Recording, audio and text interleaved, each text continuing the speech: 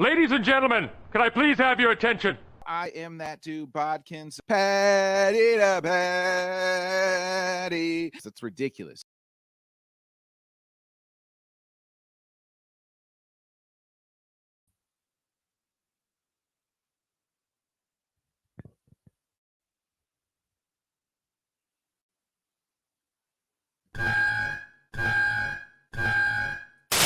Ladies and gentlemen, can I please have your attention? I am that dude, Bodkins. Patty to patty. That's ridiculous. No way. There's nobody else out there. He's your guy. Give a big round of applause for the one and only Bodkin Show. I'm going to repeat that again, folks. I didn't stutter. Welcome to the Bodkin Show.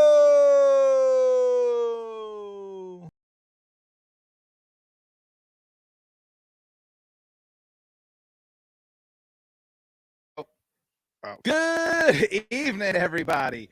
Welcome to another great episode of the Bodkin Show. I am that dude, Bodkins, of course. You know what it is. It is our Wednesday night NFL Week 8 preview show. We break down every game.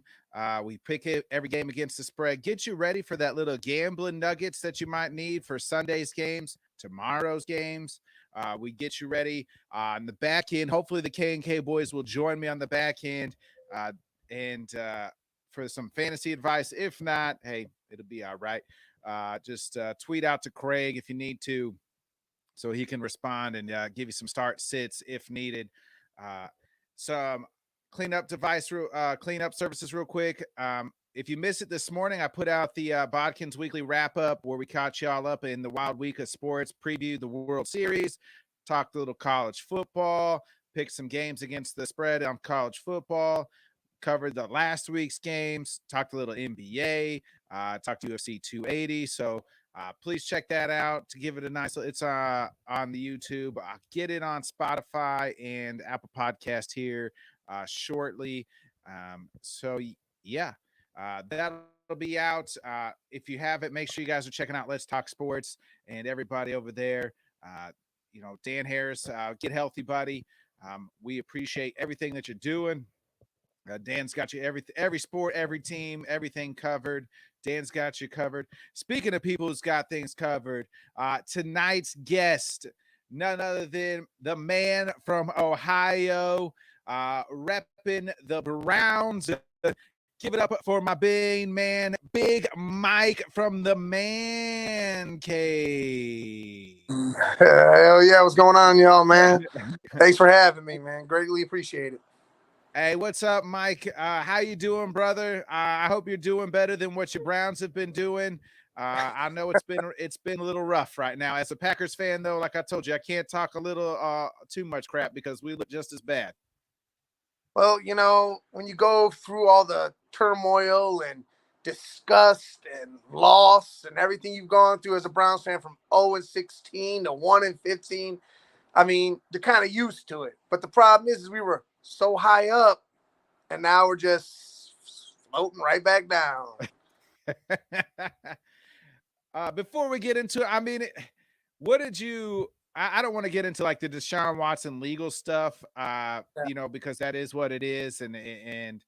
But what do you make of Baker Mayfield got you to the playoffs, his first playoff win, seemed like, things were going well. I know last year it seemed like he was hurt, injured, and played hurt and injured to try to get back to the playoffs.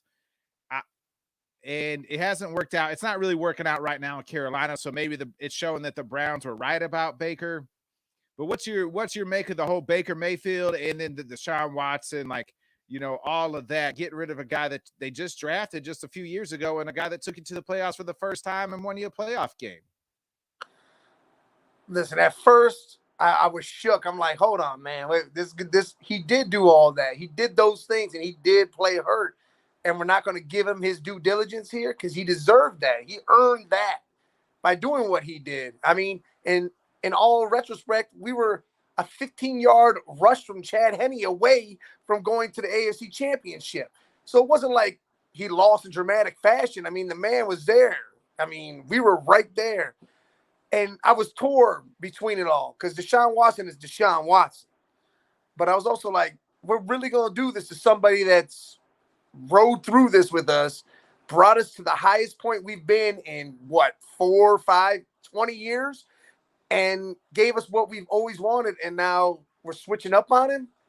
Like, that's not who I am. That's not who I wanted as a team. But I mean, in the end, like you said, the Panthers have him. He's sitting on the bench now. An XFL 2020 stars playing instead of him.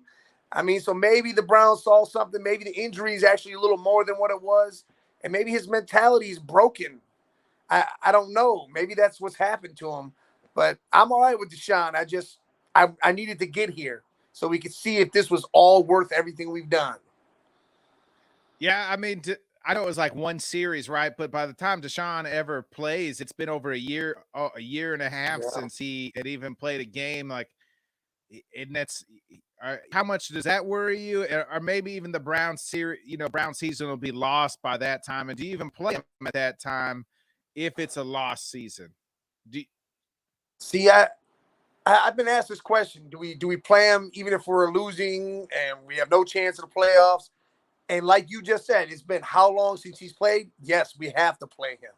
He has to get something because next year will not be a throwaway year. We'll have everybody back, hopefully built a little more, maybe went and got out that D tackle or went and got another wide receiver to be sitting next to Cooper, and he'll have the team. And how I think it's so funny, they made such a big stink about, oh, well, the Texans and this, blah, blah, blah, that. Oh, that's his first game? He steps right back into a football arena and it's Reliant Stadium. Now, tell me that wasn't set up. Tell me this wasn't set up because he's gonna go shake the rust off against them. Hey, that's money. Somebody network TV, whether it be NBC, somebody got that put that money in. I'll say this, like if Cleveland loses and they continue to lose, like Deshaun, and this is the outside and of Cleveland, you deserve what you get because of the way things have buckled down, because you searched so long for that guy, and it looks like, hey, maybe we got a guy, and then they just like, hey, we got a guy, but that guy's not good enough. But that guy's been better than what you had for the last 20 years. So it doesn't make a whole lot of sense, but I mean, I get it. I understand why for a football aspect, I get it. Like Deshaun Watson, we know is better than, Baker Mayfield. And he's better than the last 20 combined. Yeah. And I'm not talking, again, I'm not talking the outside Baker Mayfield stuff. Like people have talked about that for the last 2+ years. So it is what it is. It seems like I don't know, like from your standpoint there, before we get into the picks, like has Cleveland fan base, like how does that, because I've talked to several different Cleveland Browns people. How is, like, from your aspect, how are fans like taking in Deshaun? Are they embracing him? Are they just like, hey, it's a kind of wait and see type thing? Like, or how do they feel about that whole situation? Listen, you have diehard fans that are football knowledge fans that are like, yes, this is what it is. Yes, he messed up. That happened. Whatever. He's getting suspended. He's doing this. He's getting through it. It's over with. Because, I mean, we've seen how many people do how many bad things in this league or the NBA or MLB, get through it, go on, everybody forgets about it. That's the end. Then you have those ones that, oh, well, he's a bad guy. We're not going to ever do this. We're never going to any games. How much you want to bet they've watched every single game and they've gone to the games and they will continue to do it because they're not going to not do it. Like, no one's going to ever walk away. I tell people this all the time. Like when people were boycotting, the NFL because like the whole Kaepernick thing, whether it was like the players kneeling or not kneeling, whatever, the NFL don't give a they print money, y'all. No, exactly. You don't go to a game, guess what? Somebody else is going to that game. Yeah, someone else. What I mean? Like you're $70, they're gonna get it from somebody else because there's the NFL. they just said it, out of the 100, they just posted like out of the 100, I think top watch things, the NFL had 70 of them, Yep. last year of like rating wise, right? Like, so the NFL prints money. They don't give about whether you're protesting or not protesting No, or not. And I've said this forever and a day, winning cures all wounds. Mike it Vick does. had a lot of bad things, went to prison, came back, helped the Eagles get to the playoffs, and people got behind him again. Winning cures all wounds. Like that's Ray Lewis murdered a man. He murdered a man and then won a Super Bowl the very next year, and and people forget about it. You know what I mean? Listen, Like that Dante Stallworth hit somebody with his car, DUI style, killed him, suspended out a year, and then came back and played. Again, everybody wants that comeback story. He deserves a second chance. Watch, that'll be the next wave that comes. He deserves a second chance when he starts winning. Oh, we're all for him. Blah, blah, blah. I mean, that's what's going to happen. And those fans can be whatever. But like you said, the NFL prints money. But who makes the people that buy that stuff? We do. We continue to have kids, train those kids to be fans of these teams, and they go out and spend the money. So it will never die. It's just a continuous cycle. we got some comments coming in here right real quick before we get into our the picks here. So Alan wants to know. He was just saying you want to get Deshaun on the field to get a feel for Yep. to get him back in the mindset. I agree with that. I look at it as, hey, maybe they don't want to get him hurt, but because he hasn't played so long, they need to get him out there and see what he could, And then Antonio here's he wants to know, should I trade Alex Madison for Brandon Cooks? Both might be traded. I probably would trade for Cooks. Like Madison's a backup, unless you're a Dalvin Cook owner, Antonio. I would keep him if I'm the Dalvin Cook owner, but if I'm not the Dalvin Cook owner, I probably trade Madison, because unless Dalvin Cook gets hurt, which I mean he's banged up, but he's always kind of played. He'll probably miss a game or two down the line. He seems to always do, but Brandon Cooks is always, good flex play. I would probably do that if you need a wide receiver, depending on roster structure there. And the teams Cooks is looking to go to, the Rams and KC are two big ones. He goes either one of them, that production level goes up. The Packers, that production level goes straight through the roof. He's always been a guy that's just been on. He's been on several different teams, but has always produced. And now he's just on a bad team in the Texans. Yeah. Before we get into it, I got to remind everybody. Remember, folks, we are playing for the Bodkin Show gold chain. That's right, baby. Me and the boys are picking up our gold chain. The winner of the year for the most wins gets the gold chain at the end of the year. So that's what we're playing for. I don't have the updated rankings because that's on Kenny's laptop, and he is MIA right now. Alan, we were talking this about pre-show here, and Alan's kind of mentioned it, and I'll let you chime in here. He's saying, Greedy Williams, Cowboys may trade for Greedy. What's your thoughts on that? To be honest, that would be a good thing for both sides, because they need another corner to be on the other side of Diggs. And I think Greedy needs that fresh start. He'd be back down south. He probably feel better down there anyways, weather-wise and everything. And again, a change of scenery always makes everybody better, it seems like. Yeah, what would you take if you were the Browns GM? What are you taking for Greedy? I mean, it's going to be a late pick. It's not going to be something crazy. I mean, he was high drafted, but I would take 6th round pick. Like that's probably what it's going to be. I can't see it being any more. 5th, 6th rounder. Yeah, it can't be nothing crazy because he hasn't played. He's been injured. Yeah. Let's see. Alan's chiming in here again. He said, start Pollard if you have him this week. Zeke is out. Yeah, I heard that Zeke dinged up. Zeke's out. Tony Pollard will be the go. Tony Pollard's probably a must. If I don't know what your roster looks like, but if you haven't been starting Tony Pollard, you should have been starting Tony Pollard. He's a solid flex play every week. He's going to get you 10 points, and then sometimes he'll find the end zone. So if I'm anybody, I've been playing Tony Pollard. I don't have him on any one of my teams, but that's definitely a guy I'd be playing.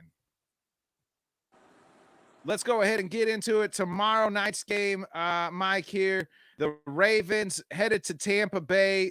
You see it right here. The Ravens +1. So how is Tampa Bay the dog in this game? As bad as Tampa Bay has looked here, or the favorite in this game, as bad as Tampa Bay's looked, I feel like the Ravens, to me, should be, favored in this one. I'm surprised here on this spread here as the Bucks are the favorite at -1. Listen, I'm shocked because when I was looking at this earlier in the day, the Ravens were given 1.5. So I don't know what's changed or what's switched in the last 6 hours, but that's what I saw way earlier. And for when you showed that, I had to literally stretch my eyes to see how they changed like that. But I don't know. I don't understand why they're giving any points. I mean, you got a quarterback. Tom Brady's Tom Brady, but he looks like he hasn't ate in over a month. His cheeks are all sunk in. He's mentally broken down with the whole debacle with his family. I was gonna say, wife ain't at home cooking him dinner. Yeah, well, yeah, he's over there eating ramen noodles and he's losing all sorts of weight. and that's the thing here. He doesn't look the same no matter what. Even when he yelled at his offensive line the one game because he wasn't getting no time. Then he got all the time in the world, and he still couldn't do it. I mean, I don't know. I don't know how they're. I said last week it was supposed to be the get-right game, right? When they played the Panthers, I was like, it's now or never for this Tampa Bay offense and this Tampa Bay team. I said the same thing. I said, if they don't get right now, I don't know when they're going to get right. Yeah, I mean, and maybe it's just because I watch the Packers and I follow a lot, so I follow all this stuff, but I feel like the more people are hating on the Packers than they are right now on Tampa Bay. I don't know why, but maybe it's because Aaron's on Pat McAfee every Tuesday, but Tom's not on a national syndicated show or something like that. I have no idea, but the Bucks look bad. The only good thing for them is that division has looked just as bad. Everybody in that division has. It's definitely still up for grabs. That whole division is still up for grabs. Yeah, 100%. So who you like? Are you taking the Lamar here in the Ravens? Are you taking the Bucks in what's essentially a pick'em game? Gosh, it's at home for Bucks. But you know what? I'm putting aside my bias here. I'm going to go ahead and take the Ravens because I feel like they need to keep rolling. Lamar had a bad game last week, and I think they have to go down there and win this one. Yeah, man. Like I said, I can't pick the Bucks after last week. I said, hey, this is the get right game, and if not now, then when is it gonna be? I know the Ravens secondary has just been atrocious. Like they've given up some big leads, but I mean, it seems like Lamar's kind of come back down to earth a little bit. Like those first 3 weeks of the season, he was just absolutely scorched earth on everybody. He's kind of come back down a little, but I mean the Bucks, for whatever reason, they're all scratching their heads. I mean, Tom Brady looks like he probably should have stayed home. Looks like an old man, just like you said, just doesn't look right. His time has come. Father time has hit him, and so has his wife, because this is where it's at. You come home now, and we'll be all right. Otherwise, you're gone. Yeah. Hey, we was joking on the show. Hey, every time she comes home, just like, remember, Tom, you left these interceptions. Every time you get hit, she just like, hey, remember, you left that for this. You know what I mean? Just sending the news and stuff like. So I'm with you, Big Mike, man. I'm taking the Ravens here. I'm hammering home the Ravens, baby. We're both in on Baltimore. let's get into the London game. Or I think this game's actually in Germany. I think, or it is No, in this one's in London. London. The This one's in Germany London. game's going to be Denver and Tampa Bay. Oh, okay. Or is it Seattle and Tampa Bay? But Denver's, Seattle, yeah, this one's London. This one's in London. You're right. It's Denver going against Jacksonville. Jags -2.5 as the favorite. Looks like Russ Wilson. Russ is out there on the plane. He's doing high knees on the plane ride while his teammates are sleeping, getting a full 4-hour workout in. He says he's playing. And I mean, does that even matter? I mean, Jacksonville, the first 2-3 weeks looked like a legit team, and they've kind of fallen back down to earth of being the same old. They are who we thought they were, Mike. But Broncos, God, they're the most. I mean, you could say whatever you want about any team, but to me, they're the most disappointing team. We've talked about it on this program ad nauseum. Like every week, we say we give out a turd of the week every Sunday night, and you could literally give it to the Ravens every freaking day. The only good part is this game is at 9:00 in the morning, so hopefully you're eating your breakfast and you haven't already ate your breakfast because you'd probably be throwing it up watching how bad Denver is in that offense. So it's on prime time, but not really prime time. But who you like this? You like Russ out there just, you try to sleep, Mike, and Russ is running by you doing high knees while you're on this 8-hour flight to London. I'm going to trip him and let Ripping start because Jerry Jeudy looked a lot better with Ripping out there. I'm not understanding that, but Russ, I don't know what it is with him either.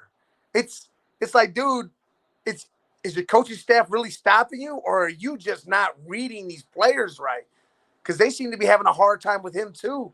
I mean, they're already talking Bradley Chubb's getting traded. If they lose this game, Bradley Chubb being traded before the first.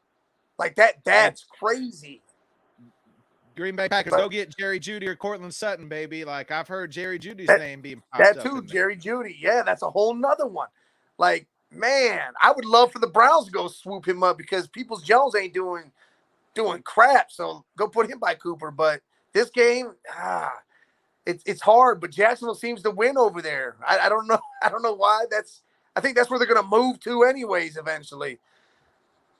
God, it's hard because I always want to feel, like you said, they're the most disappointing team in the league because people had them pick to win the division with how they look stacked, offense and defensively. Hey, I don't feel like it's on paper they should be so good. Hey, they should be amazing. Like, we should be thinking, hey, why are the Chiefs not beating them? But it looks like they're just gonna get run over. The whole thing sucks. That whole division is weird. On paper, the beginning of the year, everybody said that was the best division in football, and I kept saying it's supposed to be, and people were out picking the Chiefs, but I said I'm sticking with what I know, what my own eye test is, until proven otherwise, and I haven't been proven otherwise yet when it comes to that division and the Chiefs. Well, yeah, you definitely haven't been. See, I was playing the Chargers card. Like, they upped their defense. Their defense looked like it was going to be nice. Their offense has been nice.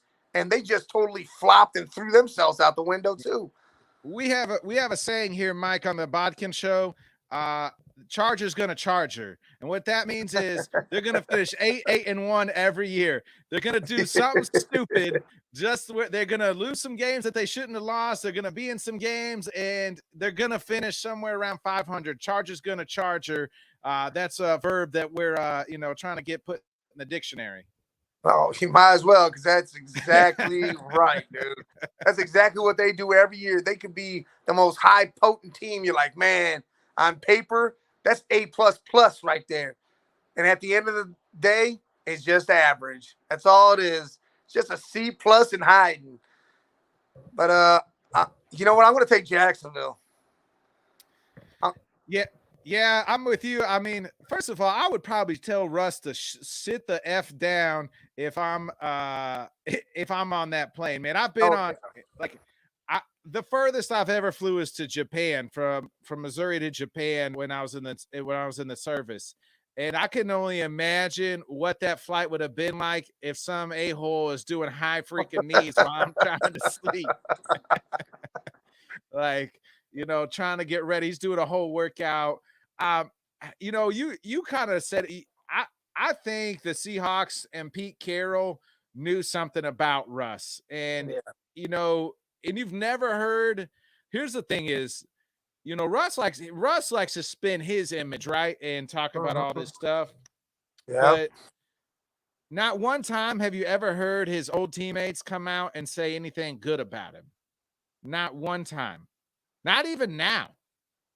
His teammates, the Seahawks, it sounds like if you talk to Sherman and them boys, it sounds like they absolutely can't stand that clown.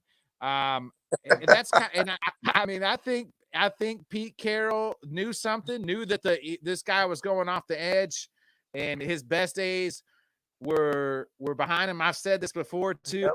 Who would have ever thought that the Seahawks, when they got rid of Russ and playing Geno Smith, that's the upgrade?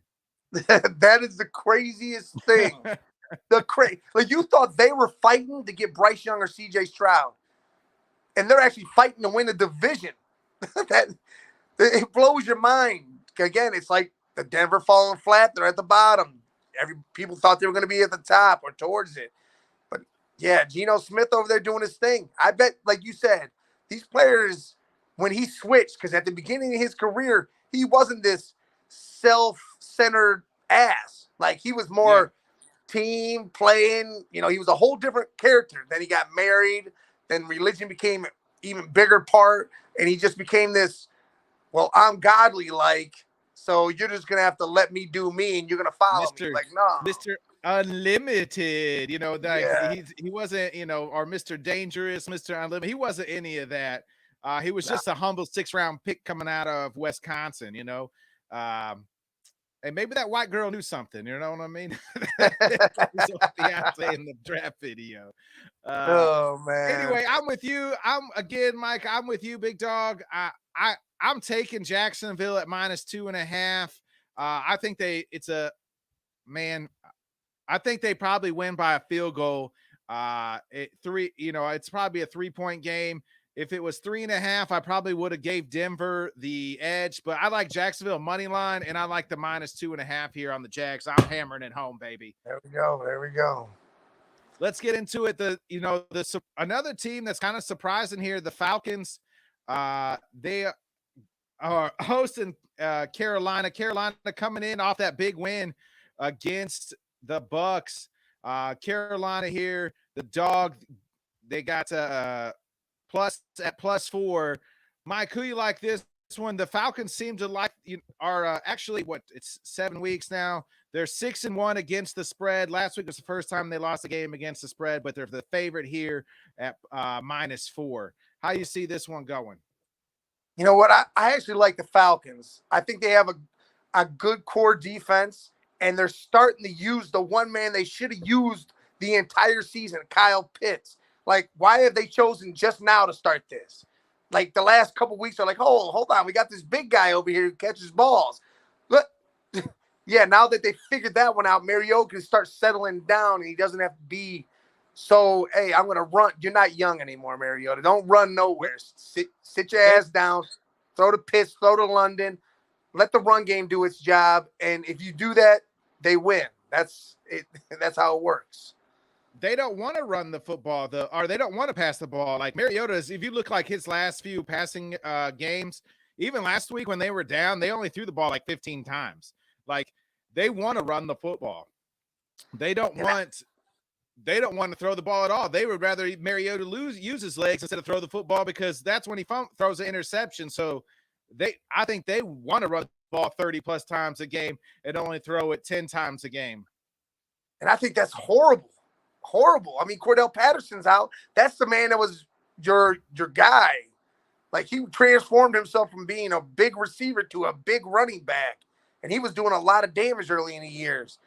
But I don't know. I can't understand the whole point. Well, like you said, they rather run than throw, even though you have Drake London and you have Kyle Pitts. I mean, use these dudes. They don't trust Mariota. They feel like they can stay in the game with their running game and play good defense. And they play Desmond Ridder. Yeah. but then maybe he's not as mobile. I don't know. I mean, it's interesting. Why not play Desmond Ridder? But Atlanta's got a nice, they're up and down. It seems like a little bit. They can win this. Their team. We just talked about it. That anybody can win that division. It feels like still wide open, including the Panthers coming off the win against the Bucks. So you're taking the Panther or the Falcons at -4. Yeah, I'll take -4 at home. Yeah. Again, it's because it's -4. I think it's going to be a closer game. The Panthers, for whatever reason, I mean, PJ Walker and Chuba Hubbard and Deontay Foreman, man, they had something going last week. Maybe they just need to get CMC was the problem. Matt Rule, CMC, and Robbie Anderson was the problem. And I like the Falcons money line, but give me the Panthers at +4, baby. I think it's just going to be a closer game than it's going to be a 3-game, 2-point game. So I'll take the Panthers to cover. They'll probably let me down, but I'll take the Panthers at +4 here. We get into Bears at Cowboys. Bears looked like the best they've ever have all season against the Patriots on Monday night. Put it to them. The turnovers, but then they make the big trade today, trading Quinn to the Eagles. The rich get richer. The Cowboys coming off Dak's first game back.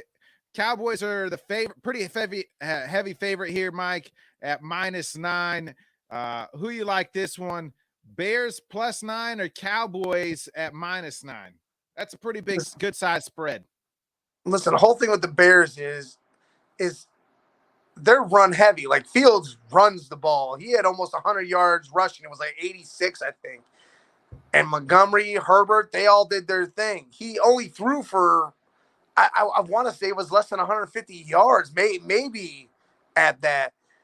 And their defense converted the mistakes that Zappy, 6th-round, 4th-round pick, did, and Mac Jones, who's still hobbled by injury. So I don't think that's a good read on what the Bears really are. I know they put it to the Patriots, but the Cowboys defense, man. Parsons, Armstead, Lawrence. Yeah, Diggs. I am a huge fan of Micah Parsons. I said that guy is a game wrecker. I tell people all the time, he's like LT light. Like this dude can ball out. He is a game wrecker. You mentioned Justin Fields. I read a stat right before we came on air, and I wish I'd have saved it, but he's got more rushing yards than Kareem Hunt, Kyler Murray, like a lot of like the top name running backs in the league. Aaron Jones, he's been able to rush the ball. Their offensive line is very shaky, but he doesn't have a whole lot of weapons offensively. But at nine, it's still a big spread there. It is, but gosh, Tony Pollard's going to get the start, and I think that's what the Bears are more susceptible. I can't even say their weakness was Stevenson out of the backfield catching passes. He had 8 receptions for 50-something yards, and Pollard can do that all day, and Dak will gladly dump it off because he likes doing that a lot. Gosh, I'm gonna give the 9. I'm gonna take Dallas giving the 9 because I think the Bears are still trying to ride that high, and it ain't gonna work. Man, 9 is just it's just a high spread. I mean, high. It's just when you get into these higher spread games, it's too damn. It's just too like 9 is a lot, and I don't trust the Cowboys enough to cover 9. I like the Cowboys money line, but at 9 points, I think the Bears can cover. I think they finally got some sort of offense. They're improving. They're a team from week 1 to now that seems to improve. It looks like they found their formula to score a little bit. And if they can get some turnovers like they did on Monday night, coming off that high on Monday night, I'm going with the Bears at +9. The spread's just too damn high for me to pick the Cowboys. Listen, that's another point. It's a short week for them because they're coming off Monday night. That's a whole nother point that I didn't even think about. Yeah, that's true. I didn't think about too much of that either. We get into the next one here. Miami headed to Detroit. Detroit are the dogs at home at +3.5. Man, I had so much high hopes, Mike, for the Lions. I was buying into Dan Campbell and the Yeah. boys. Yeah, I was right there too. Golf, maybe change of scenery again. DeAndre Swift, Jamal Williams. They had DJ Chark out there. Amon St. Brown. You have a defense that has two ends that look like they could crush. You have a corner and Akudu, or I can't even pronounce his name. But you had a team that looked like they could actually make some noise, and they started big, and then now they're the Lions. Yeah, and their offense, right? Like the first 3 weeks of the season, they were even when they were losing, they were putting up 40 Yep. points a game. Like Jared And they were Goff was coming back. They were coming yes, back yeah. from being down by 20. They come back and make it a game. Yeah, and then the last 2 weeks against the Patriots, I mean, they got beat down by the Patriots, and then last week against the Cowboys, I mean, that game was a little bit closer than what it even, looked like. That it was close in the first half, but the Lions offense still wasn't going. No. I know that the Dolphins offense or defense isn't anything to the Cowboys here, but the Dolphins look like that Steelers game was a little bit closer than what it should have been too. Yeah. They should have kicked a freaking field goal a few times instead of going for it. The Dolphins have some weapons.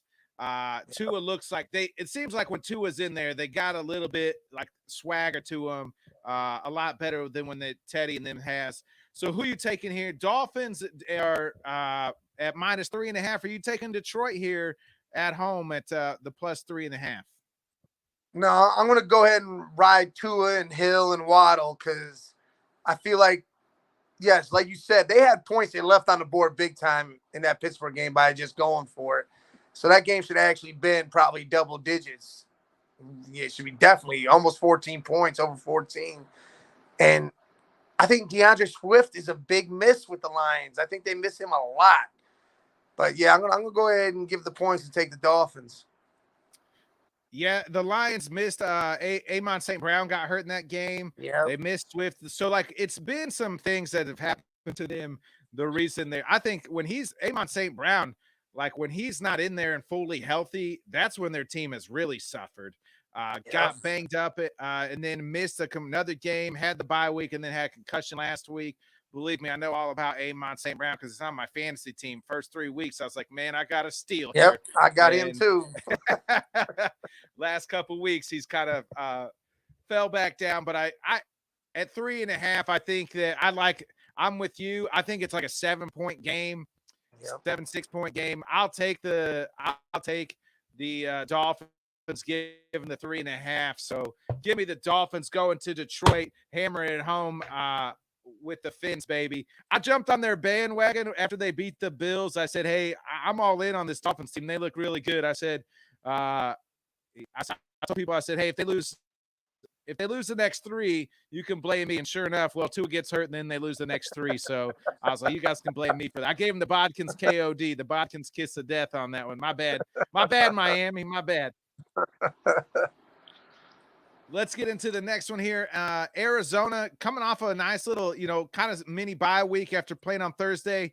D-Hop looks back and ready to go. He had looked like the D-Hop of D-Hop in that game. It looks like Arizona. It's weird how bad a team looks minus one player. I know you could say the same with Green Bay and Devontae, but when D-Hop is not out there, that is just a different Arizona team than he is when he is in there. Different guy. There's still a dog in this one at +3.5 going to the Vikings, who, the Vikings only have 1 loss in the season, and I still can't wrap my head around why nobody's buying into them. I credit it to we had the discussion on Monday, and I said it's because Kirk Cousins is their quarterback. That's why nobody's buying into them. And that seems to always be the case with the Vikings. It's Kirk Cousins. It's Kirk Cousins. It's got to stop. They have Jefferson. They have Thielen. You have Conklin, you have Dalvin Cook, and he's healthy. I mean, you have to, and the defense is not something amazing, but It's good. again, It's they good. get the It's a lot better job than a lot done. of other teams. Yeah, a lot better than a lot of other teams. But and then you got Arizona coming off that miniature bye week kind of because they played on Thursday. They whooped on the Saints, but I mean, Saints didn't have any offensive players. I mean, they had nobody. All the receivers were out. And then you had Andy Dalton throwing 2 pick sixes. So, I mean, now do you contribute that to the reason why Arizona blew them out the way they did? Because if those pick sixes don't happen, then it changes the outcome drastically. But They were down 14-3 when then the first pick six happened, and then the next pick six happened. Next thing you know, then it's an uphill battle, and you're taxing Andy Reid to you're taxing Andy Dalton to jump in on that in on that. You know what I mean? To try to come back. And Andy Dalton can't do that. He's not that guy that's gonna sling you back into a game. So who you not like at all?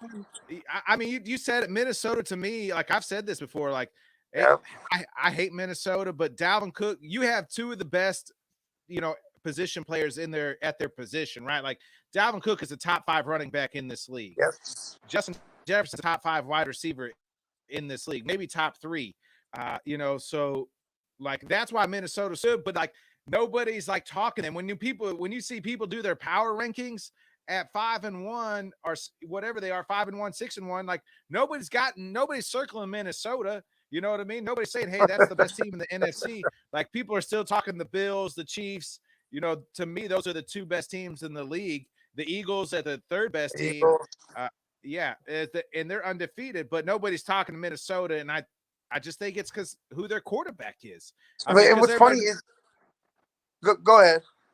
I was like, it's because when the lights shine the brightest, everybody knows that's when he'll falter back.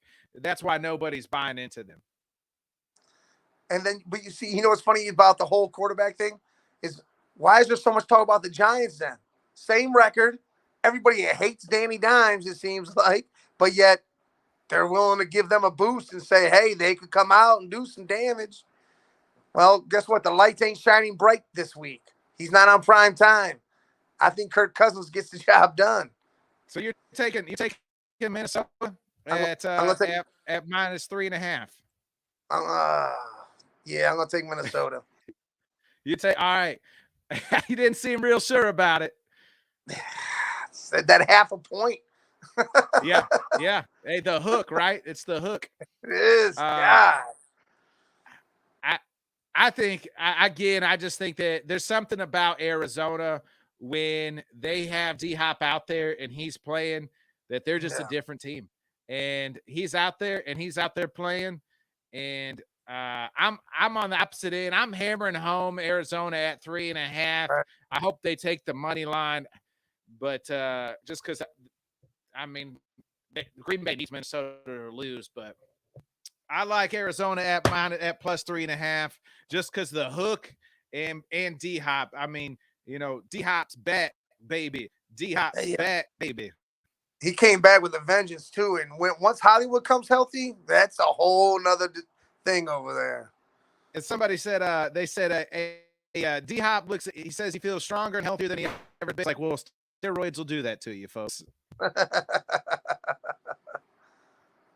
We get into the Raiders and then the team the Cardinals just beat on that Thursday night, the Saints. It's a pick'em game here as the Raiders go to New Orleans. The Saints have come out and said, hey, Andy Dalton's going to be the guy, the starter again. What's your take? Before you pick, what's your take on Andy Dalton or Jameis going forward? Like, who are you playing here? I'd play Andy, but I'd play Andy just because, again, he doesn't have that. He's always the same person, no matter what. You're not going to get some superstar. He's never going to straight total trash can it, because even if he does throw the couple picks, he's still going to throw some good balls. But Jameis, once he throws one interception, it's like he's got 4 more coming automatically. Like that's happening. And again, are there weapons back? because Landry and Thomas were do not practices. So I don't know. DMPs, I can't, even if they do come back, how healthy are they really going to be? Yeah, let me let's look at that before I make my picks here. Let's look at the injury list. That's a good question. Like how healthy are they going to be going forward? I'm looking at the injury report here. Jarvis Landry's questionable. A couple guys. I didn't see anybody as far as like. Let's see the Saints. I didn't see anybody else. Maybe is Olave playing? Mike Thomas always seems to be hurt, so that's not. Yeah, I know Olave played last week. I thought with Thomas and Landry down. Yeah. Looks like Marshawn Lattimer's questionable. Jarvis is questionable. Michael Thomas is questionable, but Thomas didn't practice Wednesday. Landry didn't practice either. So those two guys didn't practice. You didn't practice Wednesday. It's not a probably good sign of your full go on Sunday. Yeah, no, not at all. They got a defense that can be top 5 in reality too, and that's what sucks. They're like one-sided right now because Kamara isn't doing anything. I mean, he can't. How can he do anything? He's one-dimensional now over there without any real receiving weapons. I'm going to ride with. I'm going to go Carr and Devontae Adams in that defensive line to create turnovers, and the Raiders win in New Orleans. Kenny, welcome to the program, my friend. So we're talking Raiders. Raiders headed to the Saints in a pick 'em here. Raiders seem to figure out their offense, and that's give the ball to Josh Jacobs, who's been, he's been on a run here. Who do you like in this one? You said it, man. Josh Jacobs has been on a run, and as long as you can run the ball and kind of control the clock, I think it's going to help you. The Saints can score points, but I heard Big Mike saying when I came on, man, I mean, everybody's just banged up. Who are they throwing the ball to? I don't think anybody really knows. He brought up Kamara. Even games where Kamara has 21 carries, it seems like it's like for 58 yards. You know what I mean? It doesn't really matter how many times they give him the ball. It just doesn't seem like they can get anything done. Man, the Raiders were on my never pick again list, but I think somehow, some way, I'm going to have to pick the Raiders to cover this -2 spread and go ahead and win this game in New Orleans, man. Yeah, I mean, I'm kind of with you guys. I feel like one team has figured out their offense, and that's the Raiders, while the Saints are searching for people with the injuries. Is Michael Thomas ever going to be Michael Thomas ever again? Like, it looked like week 1, right? Like week 1, he had that huge game, and it was like, man, Michael Thomas is back, folks. I even declared it on our reaction show. I said, my takeaway from week 1 is Michael Thomas is back. Well, now he's back to being Michael Thomas of the last 2 years instead of Michael Thomas of 2019. So I'm with you guys. I'm with the Raiders. Devontae, more importantly, Josh Jacobs has just been absolute beast last 2 to 3 weeks here. The Raiders have got it somewhat figured out. Can their defense figure it out? I'm riding with the Raiders, baby. Hey, listen, on another note with Michael Thomas, I think he retires either this year or next year. I think it's done.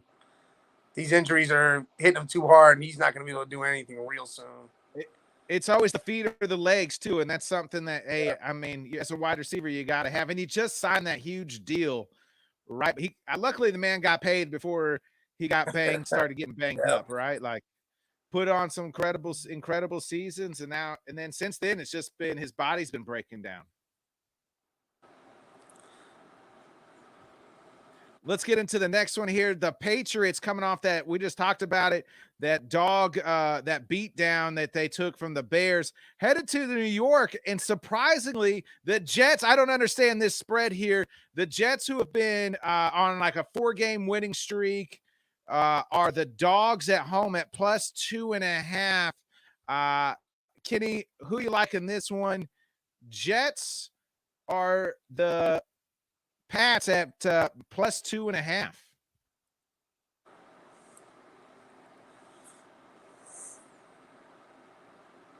can't hear you, man. You're muted. You muted yourself there.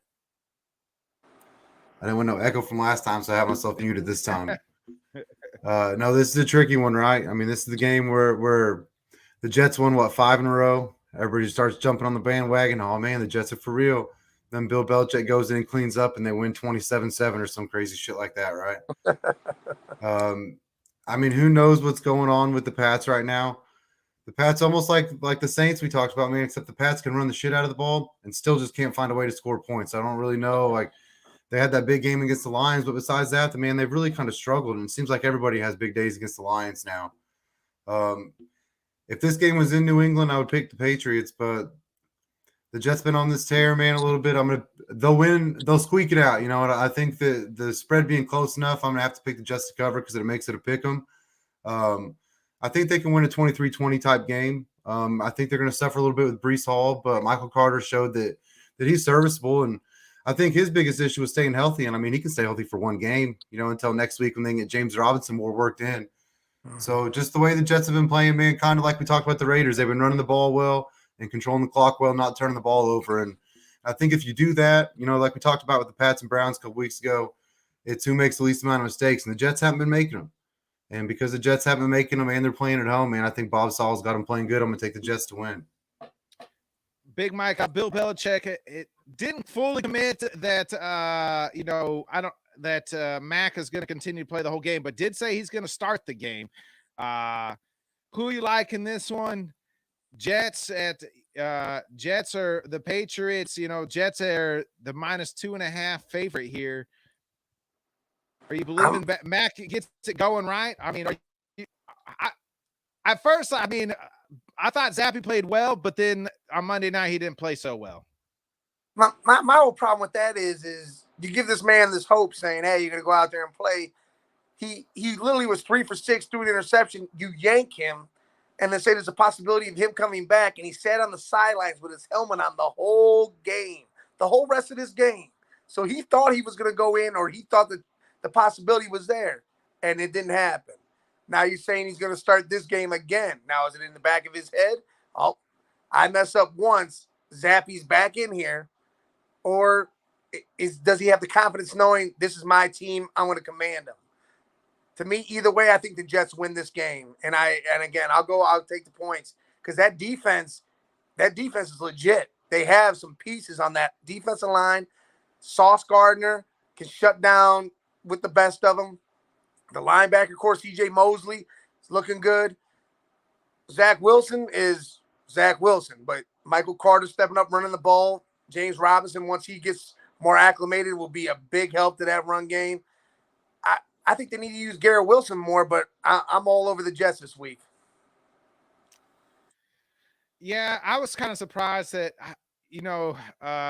I say this, when you have two quarterbacks, you have no quarterbacks.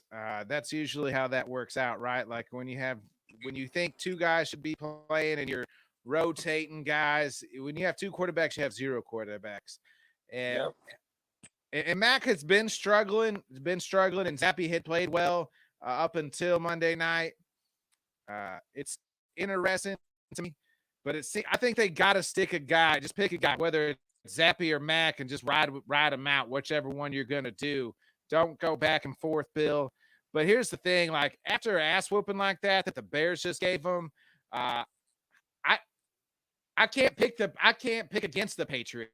This is when the Patriots shine the most. I mean, for 20 plus years, this is when they shine the most, right? Like when everybody doubts them out and thinks that they're trash or garbage or it's over, this is a game that they always win. So I'm the opposite here. I'm taking the Patriots at -2.5 because this Bill will figure it out. They'll get it done. Bill does really well against quarterbacks who are their first and second year. I mean, you don't tell Justin Fields that because Fields played pretty well against them, but I'm going with the Patriots. Maybe if this game, if the Patriots would have played, it's weird because I'm saying that they got dog walked by the Bears, so that makes me want to pick the Patriots. And had that game been closer, or maybe the Patriots won, I might have picked the Jets. But because they did, the Pats got their butts kicked, makes me lean to go to the Pats because that's not gonna happen 2 games in a row. Not under Bill Belichick's watch, not under the GOAT's watch. On Sunday, he passes Tom Hallis, baby, or George Hallis, Papa Bear. I'm taking the Patriots, baby. I'm hammering it home. All right.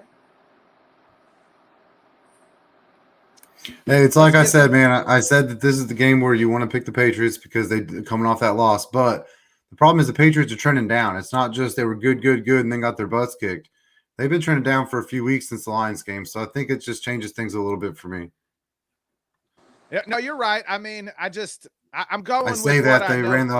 ran the shit out of the ball against the Browns and whooped them. So I guess really when you think about it, it is. They had a close game against the Packers. They beat down the Lions, beat down the Browns, and then got beat down by the Bears. Patriots probably win by 30. Right. Speaking about a 30-point spread, I mean, it's not quite 30 here, but the Steelers going across state, taking on the Eagles, who made the big trade to acquire Quinn today. The Steelers 10.5 dogs here going to the Eagles. Big Mike, who you like this one? The Eagles stay undefeated, and do they cut the spread at the same time? Man, it's one of those games. You just look at it. Wow, the Steelers are getting 10.5 points. When's the last time you ever said those words? I mean, it's been a little while because they're usually top dog in the division in the AFC North. You don't ever hear that happen. But Kenny, were you holding up a 3? What go? 3 weeks ago against the Bills, they were 14-point dogs. All right. Oh, that's right. Yeah. All right, yeah. Good call. that is right. Time Mike right. this couple weeks ago. All right, this what was year the last time it happened 2 times in a season, right? This year is the outcast of it all. Before this is really, but I mean, it's rare to hear. I mean, it's rare for a Browns fan to hear that for sure, let alone a Steelers fan, I bet. But that's a huge spread. But the Eagles, they're coming off a bye week. They got healthy. Jalen Hurts is playing phenomenal. That defense is high-powered and even got more high-powered with Quinn, even though for him to jump in and get acclimated right away is, probably not happening. Do you have to be acclimated to get after the quarterback? That's the thing. They just go hunt, right? They go hunt. Yeah. Hey, you put him down there. He knows how to get in the 3 technique. You know what I mean? Like, hey, go get him. Like, if it's a rush down, like, he's going to get those attempts. Like that. He's been doing that his whole career. He has, and he's been a monster at it ever since coming out of North Carolina. But the Steelers, they're the same thing with the 2 quarterback situation. Everybody's saying, oh, you put him in, take him out. I mean, let Pickett play this year out and be done with it. Get his woes over with. All right, now he learns from him. Next year he'll be back. Let him get rapport with Pickens and Deontay Johnson, because I think Claypool's getting traded either mid-season by the 1st or he's gone after the season. You know what? I think Philly blows him out. You're taking the spread. You're taking the. Yeah, I'll give the points, and I think they blow them out. Kenny, Mike's got it as a blowout. How you seeing this one here? The Steelers played close with the Dolphins. It probably should have been higher, but Kenny Pickett, I mean, 2 bad interceptions in the 4th quarter that cost them there. Cost the Steelers a chance to win that game. No, I thought it was crazy when the spread came out. I didn't know if I would really pick the Eagles to cover. The Bills, I picked to cover a lot of big spreads. With the Eagles, they haven't really been a team that made me feel like that I could do that yet. But coming off a bye, being at home, I just think this kind of game where Philly's kind of been waiting on it. It's the in-state rival. And the Steelers just stink. You know what I mean? At the end of the day, the Steelers stink. I think that the Philly defense is way too good for where Kenny Pickett is right now. Even if they didn't play him, I think if it's Trubisky, I'm not 100% sure that he's going to go out there and do much against that Philly defense right now either. I'm going to take Philly to cover the big spread. You brought it up with the Patriots about the Mac Jones and Bailey Zappi situation. Maybe it was smart for Bill Belichick to draft a bunch of late rounders forever, because it doesn't seem like he knows how to handle a first-round quarterback. You can't pull that dude out. Like, you draft a dude top 12, 15, whatever it was. Like, that's your guy. I feel like the Steelers are in that spot now. Like, If you pull Pickett, he has to be hurt. It cannot be like a play situation. Like you've already put him in there. You've already decided that, hey, this is your team now. You can't start messing with him. I mean, quarterback is a confidence position. You start messing with that now, you might as well start looking at the next guy because you're ruining this kid now. Yep. Yeah, you guys are in on the Steelers. Man, 10.5. It's a lot, but I picked the Steelers when they went against the Bills because I said it was 2.5. Fool me once, but you ain't gonna fool me again, baby. I'm picking the Eagles at minus 10.5. I'm giving the points with you guys. The Steelers absolutely stink. Yeah, that offensive line is horrible. Oh yeah, it 100%. It is bad. Well, let's get into the next one here. Another weird spread here. Titans going to the Texans. The Texans are the dog at home at only +2. Kenny, I don't understand this. The Titans to me have got this game figured out. They just beat the brakes the Colts. They've been on a nice run here. Why is it only a 2-point spread? And who are you taking here? I'm not sure why. You know, when the first saw it come out, I wasn't 100% sure why it was so short either. Because, I mean, at the end of the day, what's Tennessee going to do? They're going to give the ball to Derrick Henry 35 times if they have to. And is Houston going to stop that? Now, Houston's been okay against the run, but they haven't exactly been gangbusters against the run. You know, I say that, and then I start looking it up. Houston dead last in the league for fantasy points for running backs against the run. So Derrick Henry's going to run all over the Texans. I don't understand how the spread's only +2. Like we always kind of say, there's one game every week. Like, does Vegas know something we don't know? I mean, Tennessee doesn't score a lot of points. Maybe they're thinking Houston can just keep it close. But I mean, if Derrick Henry goes for 140 and 2 scores, I don't know if Houston's going to be able to do anything to stop that, even with Dameon Pierce. I'm going to take the Titans to cover that spread for sure. Mike, what's your thoughts here? Texans, Titans. Again, I'm surprised what this spread is. We've seen Derrick Henry go down to Houston and just run all over that team. You know, it is a shocker, but it's just almost like they don't trust Tannehill and they think he's going to mess up. He's going to make the mistakes. They're going to keep the Texans in the game. But why? Like Kenneth said, you hand the ball to Derrick Henry 1,000 times and let him go run all over the place. I mean, that'll be his stadium by the end of the day. So, yeah, that point, God, just Vegas has to know something. But it'll be something stupid. It'll be that game. It'll be that 12-10 game. That's what it'll be. But yeah, I like Tennessee though. Right, like that you lock it in as your guaranteed lock of the day, and that's the game that messes up your parlay at plus. You know, because you're giving the 2 points to the Texans. I'm with you though. I mean, I guess if they're gonna mess it up, they're gonna mess it up for all three of us. I'm with you. I just think Derrick Henry's gonna. Tannehill hasn't played awful this season. They're trying to limit him. We know that. Like I said, they're just going to run the ball with Derrick Henry. That's just the way it seems like a couple teams. That's what they're going to do regardless. Up, down, tied. They're going to run the ball. Atlanta's like that. You know, the Arthur Smith came from Tennessee. They're doing that. The Titans are doing that. Seattle's trying to do that. So I'm with you guys. Give me the Titans at -2. Titans all the way. Money line -2.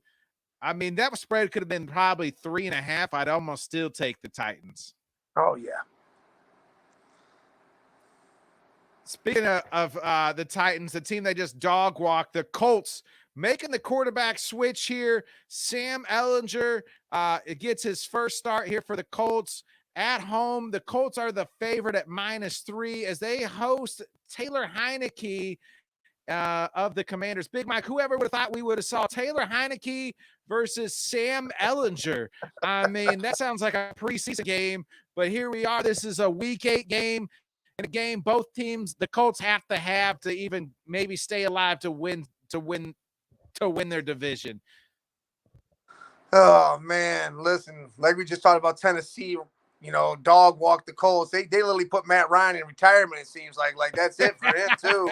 Because, I mean, what other team is he going to go to? I mean, the Colts would have been – so that's it for that. And, yeah, Ellinger and Heineke last year showed that he could play this game some. He won some games, and wow, where'd this kid come from?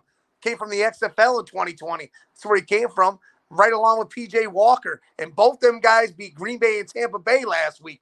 That blows your mind, doesn't it? Just what the hell? No, it doesn't. After I watch Green Bay, it doesn't blow my mind. But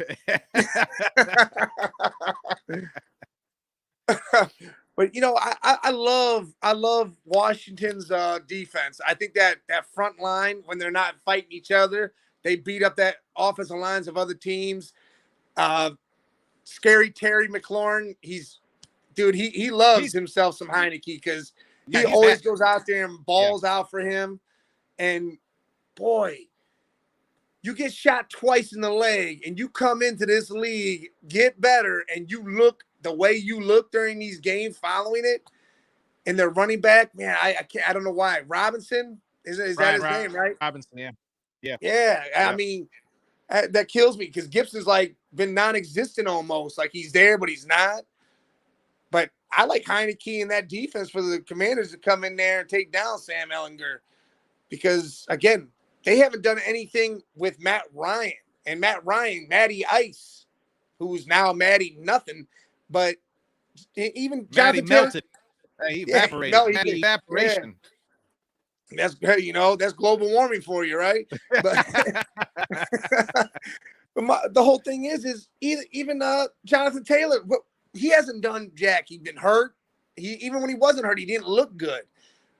I really think that defense kind of shuts down this offense with a new quarterback, and Heineke does his thing because those guys all trust him. Curtis Samuel and Scary Terry trust this man. So I'm going to take Washington. Kenny, you probably watch more Sam Ellinger than anybody I know, being a Texas fan. So give us the lowdown on Sam and who you like in this one. Texas or Commanders Colts. I about said Texas. Commanders Colts. No, you did about say Texas. I've watched more Sam Ellinger than anybody on this show for sure. I mean, I can guarantee you that much. I think that they made that switch. I mean, not just with Matt Ryan being hurt, but you kind of heard Frank come out and say that it was going to happen anyway. Like Big Mike said, man, they got no O-line. They can't protect a statue back there, so they had to put the kid in who can actually scramble around and run a little bit, and at least try to make something happen outside the pocket. I don't know if Jonathan Taylor is the option running back that Sam Ellinger is going to be used to from his college days. Maybe with his mobility, they have to honor it just a little bit, that maybe they can kind of open some lanes up for Jonathan Taylor. But Big Mike said it, man. I said it last week on the post show that the Commanders defense kind of looks like what we thought it was going to a couple years ago. Like they were going to take that step, and it seems like they have. I don't know if it counts as if you take a step against the Packers right now. No offense. I think it seems like everybody kind of takes a step against the Packers. But I just don't know. The Colts they're not on a list of teams that I can trust right now. They're not to where I can pick them. I don't care. They're going to have to do it for a few weeks before I can, especially if they're going to make a quarterback switch and bring Ellinger in. Heineke's going to sling it, man. Like Mike said, dude, them receivers their eyes got to be perked up, right? Like they got to be ready because Carson Wentz wasn't getting it done, and Heineke don't care. He knows that he's not here for a long time. He's here for a good time, and he's going to throw that ball over the field, and he's going to try to make something happen. So I'm going to take Washington in this one as well. Yeah, I've said this before. We talked about it on our Sunday post-game show, Kenny. I don't know why they ever went to Carson Wentz, why they went and got Carson Wentz. You can't tell me by watching the two players play that Carson Wentz is better than Taylor Heineke. And his team rallies around him. Those guys play for him. Kenny, you mentioned that he loves to sling it, that he's here for a good time, not for a long time. The kid's favorite player growing up was Brett Favre, and he slings it like Brett Favre. And that can be good and bad at times. It means he's probably going to give you one, maybe even two, but the man will also throw some balls in there that you're just like, that guy is an absolutely dog. And if you're giving me Heineke and the Commanders at +3, I'm with you guys. If my man who said, hey, who's watched more Sam Ellinger tape than anybody I know says take the Commanders, well, then I'm taking Taylor Heineke, who I just watched doo-doo on my Packers last week. I'm taking Heineke. We're all going to be drinking Heinekens. Give me the Commanders at +3, baby. Well, I mean, I was just thinking, like, what if, if the Colts, rally around the kid? I just don't even know, like, how good that looks like. I bring it up every week. One of my rules is the best football you played this year, if you both hit that limit, who's going to win? Washington. I mean, I think the Colts' best ball this year it's just not been that great. The best game they had, what Matt Ryan throw for 389 yards? Yep. Well, Ellinger ain't doing that, my friend. I can guarantee you that. So if that's what it takes to play your best ball, they ain't going to do it this week. Let's get into the next one here. It's a pick'em game. 49ers, make the big trade last week for CMC, plays a little bit, going to the Rams, and the Rams are the dog at 1.5. Kenny, the 49ers own the Rams. I mean, Shanahan owns McVay in the regular season. Does he get it done again here with his new toy CMC at back playing majority of the game? I feel like I've spent 2 years saying this is going to be the time the Rams get him. I absolutely refuse to make that mistake again.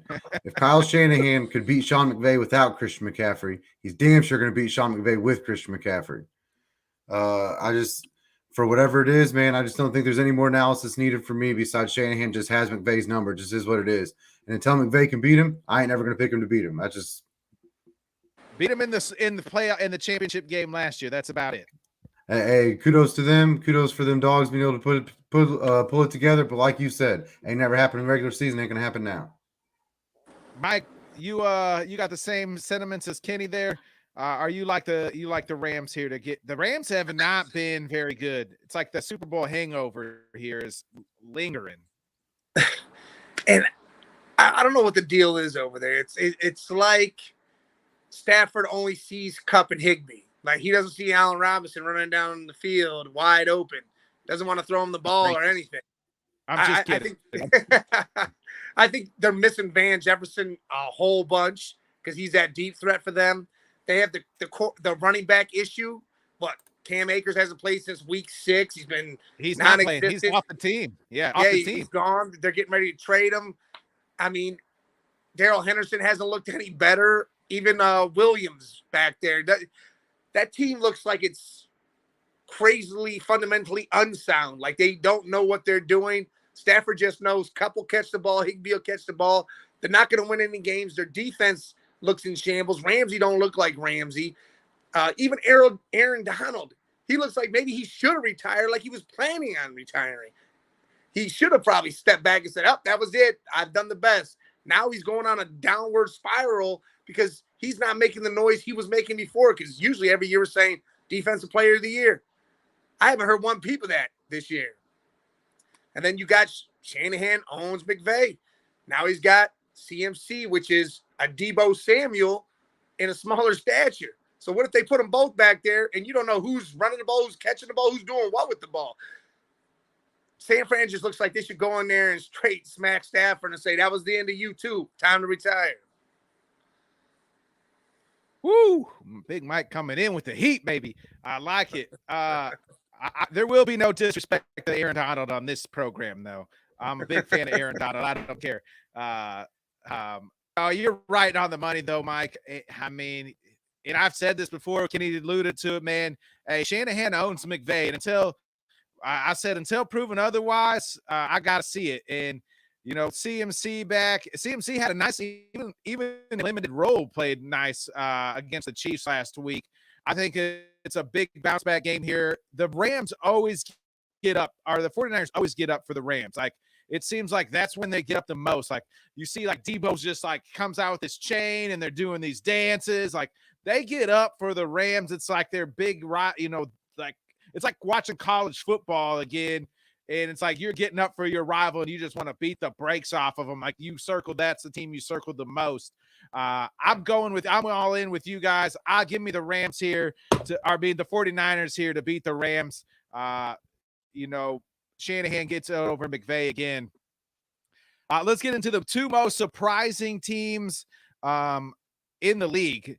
The Giants and the Seahawks. Giants flying all the way across the country here. They are the dog at +3. Seahawks, the home favorite at -3. It's just because I feel like it's they're at home. If the Giants were at home, Giants probably the favorite. But the Giants traveling across country. You got to take, Saquon with them. They traveled to London and beat the Packers. So travel into Seattle should be nothing for this team here, Mike. What's your thoughts? Giants, Seahawks. Seahawks are the favorite at -3. Again, that whole traveling thing, like you said, they went to London and did that. But I think coming across the country this way, I think that's a huge thing for NFL teams for some reason when they do that, east to west, west to east. Plus the 12th man, you can barely hear in that stadium when it's rocking. And to be honest, it's rocking. Like I know there was probably everybody picking Seattle. Like we talked earlier, they're going for CJ Stroud or Bryce Young. They were getting that first pick. That's what was happening. Now all of a sudden Geno Smith comes out and he's slinging that ball around to DK Metcalf and Tyler Lockett. Noah Fant's getting involved. All right, Rashad Penny goes down. But who do you got back there? You got a little monster named Kenneth Walker who just ran Beast like Mode crazy Jr. at what I like Michigan to call State. him. Yeah. What do you call him? A Beast Mode Jr. Oh, Beast yeah, Mode Jr. see? And that's what he is. And his top speed the other day was 22 miles an hour. The boy was booking. And that defense is coming along. That secondary with Woolen, who's up for a defensive rookie of the year. Gosh, man, it's hard to go with, Danny Dimes, who still is like a Kirk Cousins situation. He's unproven. He hasn't really done anything. He's slinging the receivers out there that you don't know who they are. They're just some guys that walked on from the practice squad or some late round picks, but they have Saquon Barkley. They have a defense that actually shows their face now. But I'm going to ride with Pete Carroll and boy Geno, and I'm going to give the 3. Kenny, Big Mike said it. The Giants have no receivers. Their receivers are Big Mike Bodkins and Kenny Miller. That's who Daniel Dimes is throwing it to, my friends. That's how bad that's slim pickings there. Who you like here? These are probably two of my favorite teams right now, just maybe because I'm buying into these underdog roles. I love him. Saquon seems to be back. I love Kenneth Walker and the way he's doing as well. How you like this game? I'm gonna tune in for this one. I'm excited for this. I never thought I'd be excited to watch Giants Seahawks, but I'm gonna be excited to watch it on Sunday. Yeah, Big Mike brought it up, man. Seahawks secondary looks good. So I don't think it really matters who the Giants would have been throwing the ball to. This game, very interesting. The Seahawks are terrible against the run.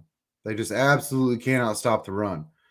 The Giants are very good against the pass, third in the league in their defenses against the pass. So really what it boils down to is, can the Seahawks get a big enough lead that the Giants can no longer run the ball? If they do that, then I think the Seahawks can win.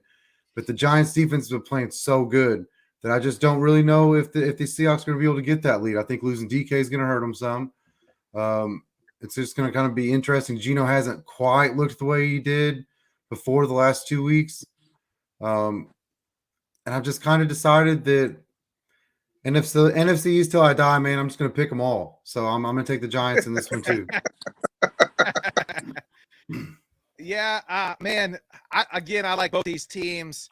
I'm excited. And both these teams, man, you just never thought they'd be here.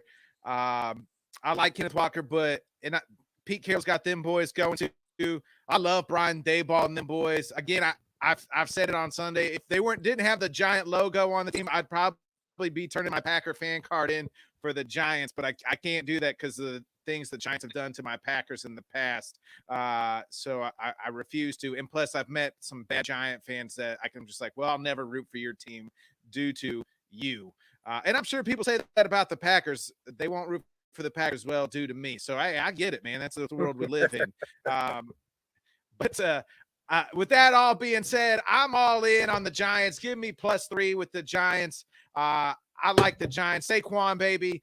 That's going to be such a good game. I think it's going to be a close game. So because it's going to be such a close game, I'm going to if you're giving me 3, I'll take the points because I think it's going to be probably be a push. I think unless the Giants can win outright, but I think it'll probably be somewhere close to a push.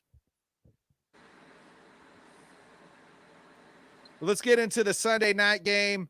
Packers at the Bills. I mean, this spread keeps on growing. You guys asked me what I thought the point spread would be on Sunday night. I said it's 10.5. You guys kind of, Craig especially, said that he didn't think so. Now it's at 11 here.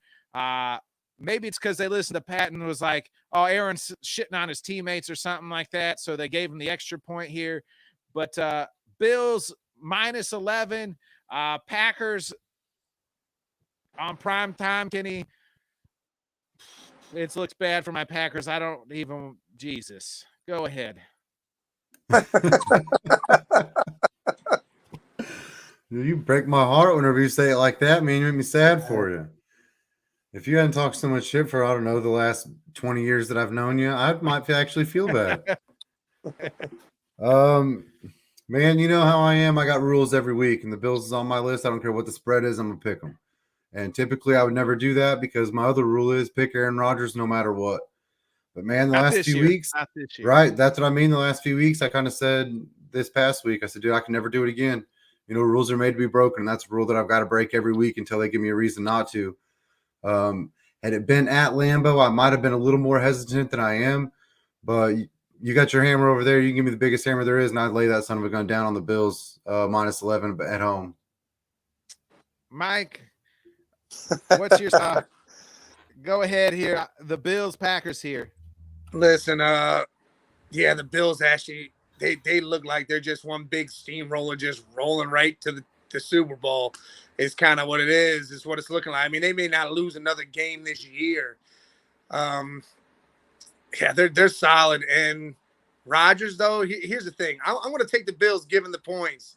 I'll tell you right now, if this was in Lambeau, I would take Rodgers in those points because if this is a game, if there is a game, this is it right here where Rodgers comes out here and says, I'm still me, and does his damn thing and brings his team to relevance and wins this game by a last-second Hail Mary touchdown and then laughs at everybody. But I don't think that'll happen. I'm going to go with the Bills given the points. Hey, especially in New York with the whole immunized vaccinated thing, the way things went today. Hey, man, that might be a little extra chip on Rodgers' shoulder going back to New York now. Yeah, I mean, these are two teams that are just on two different trajectories. Like the Bills, one thing is like when Josh, and maybe it's because he's so young, right? When Josh Allen lost to the Dolphins, and they lose anybody else or just to the Dolphins, but it seems like just the Dolphins, right? He was pissed off, like just flat out pissed off, like slamming his helmet. You see Dorsey slamming his helmet, and it's like we were supposed to lose. We're not supposed to lose. Like we're not gonna lose. Go ahead, Kenny. I don't know if this helps anybody, hurts anybody picking against a big spread. Buffalo 5-0 last 5 years coming off a bye. So there's that too. But I mean, Josh Allen pissed off at the world right when they lost that game. It's like they thought they were supposed to go 17-0 all the way to the Super Bowl, and then they lose like that. And then you look at Green Bay; they're kind of pointing fingers at a little bit of each other of each game, like and it was supposed to be the get right game against the Jets. Then it was after we lost to the Giants. Then we go, it's the Commanders and Taylor Heineke. That's supposed to be. It's like the Bucks. Eventually, you just can't do it. Kenny, you alluded to it. How long you know me? 22 years, something like that. How many times in that 22 years I ever picked it against the money line, at least against Green Bay? I don't know. It'd probably count them on one hand. Yeah, and you add that to the list today, folks, because I'm picking Bills plus 50, Bills money line, Bills plus 35. It's bad. I probably never been this down and out of about a Packers team in a long time. You probably have to go back to like the late Favre years, maybe.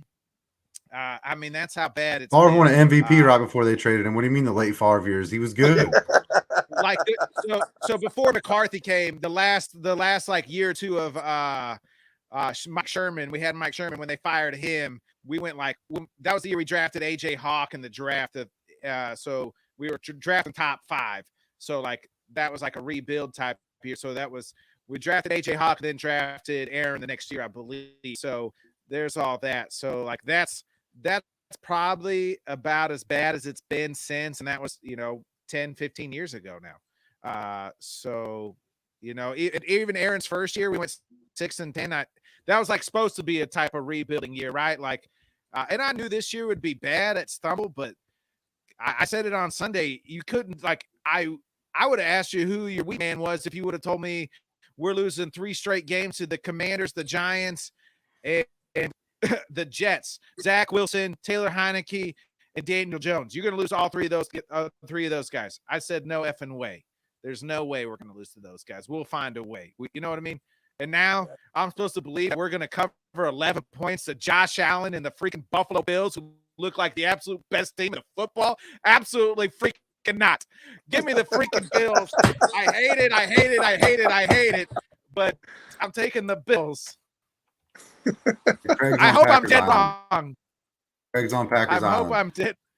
Oh, he's on the Packers. The Bears fan is on Packers Island. Right. Let's get into it. This will be the week they win because he's on Packers Island. Right. Let's get into the last game here. Bengals headed into your Browns, Big Mike. The Browns, the dog here at +3.5. Go ahead, defend your Browns. And are you going to take your arch rival Bengals? I know you guys do a Bengals Browns type show, right? Yeah. He's a Bengals fan. I'm a Browns fan, and we're going at it pretty hard already this week, and we're going to be together doing some live stuff for the game. Oh, man, listen.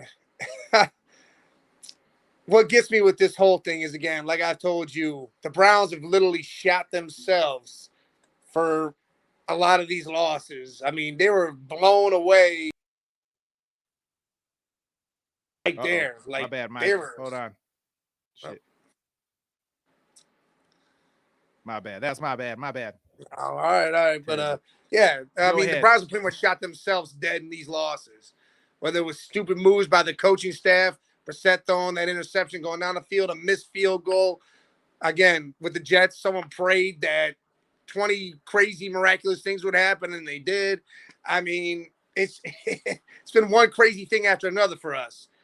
But the one thing that stands out is prime time seems to be like prime time. Chubb shows up. Garrett shows up. Stefanski hasn't lost to the Bengals yet in his tenure here. And the Bengals might have something coming here, a little bit of a letdown. Like they blew away, they did their job against the Falcons. They smacked them up.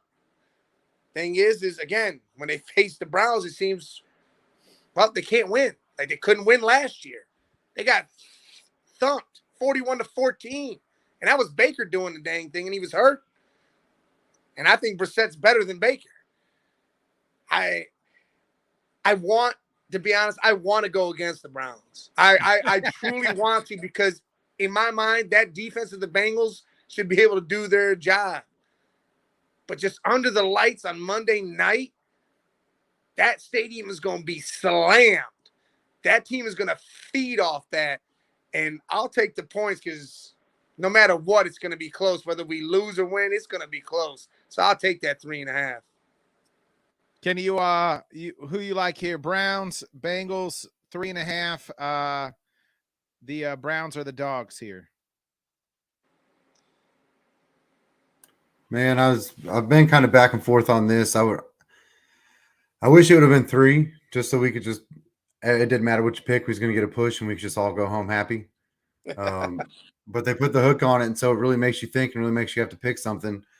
I do think that Big Mike's onto something as far as like the Browns. Stefanski doesn't really lose the Bengals, but I think the Bengals are kind of, I think I said it last week in group, of all the teams that we keep saying, oh, they're going to get right. They're going to get right. The Bengals are doing it.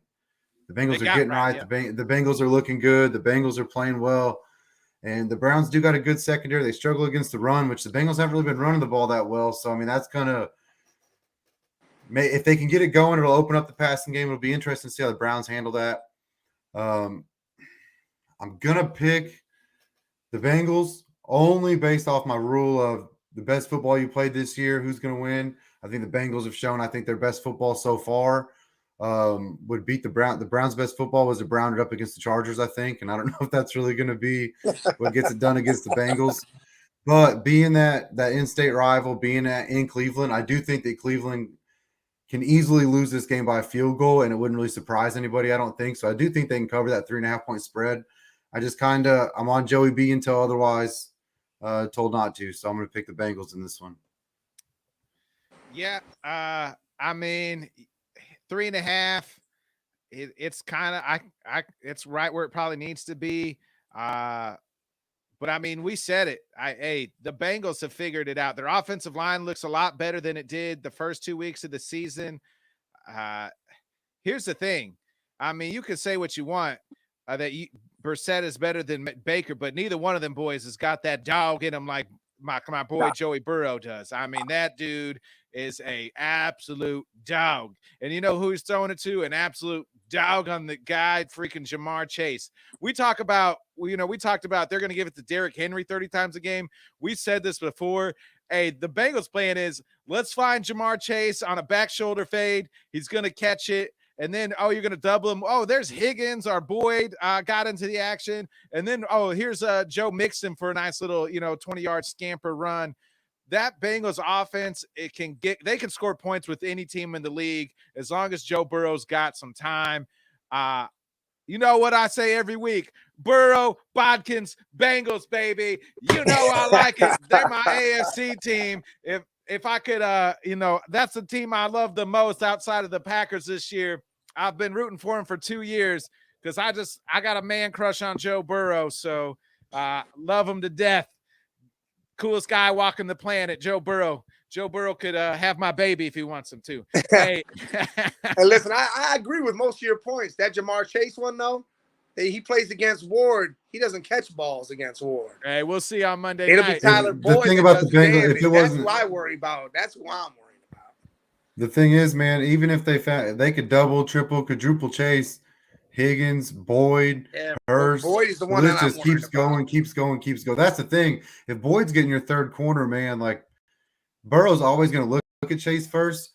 But he showed 2 weeks ago, last week, whatever it was, Boyd went off. Last week, 155 yards. Yeah, last week Boyd went off. He ain't scared to throw it to him too. Like he wants to go to Chase, but he will do whatever it takes to win. I think that.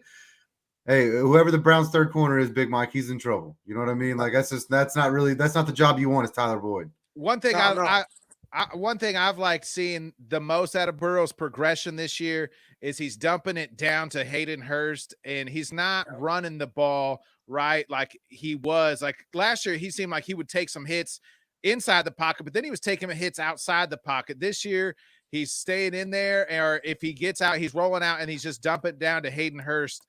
Hayden Hurst is, getting 5-6 catches a game every week. He's been a super nice compliment to him. And that's progression as Joey Burrow it gets better as a quarterback as well. And that's the thing. They were worried about CJ Uzomah being gone and that being a problem. But Hayden Hurst has stepped right up into that spot and took over very nicely. Another thing with Joe, he's still taking hits when he gets outside that tackle box. Like he still wants to make a play. Throw that ball 10, 15 yards up in that stands and don't take that hit. Because, he might get that knee busted right back up again. Because, I've talked to my partner in crime, Jay, big Cincy, and that's his main thing. He doesn't gripe about anything else but that one point with the Bengals. And I'm right there with him because I seen Joe just take some crazy hits against Atlanta last week. How that kid's still standing. Yeah, it's nuts. That's just sometimes it's just in your DNA, man. I know it's sometimes that's who you are. That's just that extra dog in him. It'll end your career though early. That's the problem, is it'll end your career early. That's just... Hey, he might be here for a good time and not for a long time, and I love him for it. But and I hope he is here for a long time, but he may not be. Big Mike, we'll let you get out of here, man. I appreciate you joining us. Before you get out, go ahead, tell us where you can catch you at. Give those nice plugs, brother. We appreciate you coming on. Hey, listen, man, I greatly appreciate you guys bringing me on. I loved it, man. This was fun as hell. I'll do it again whenever you guys need me.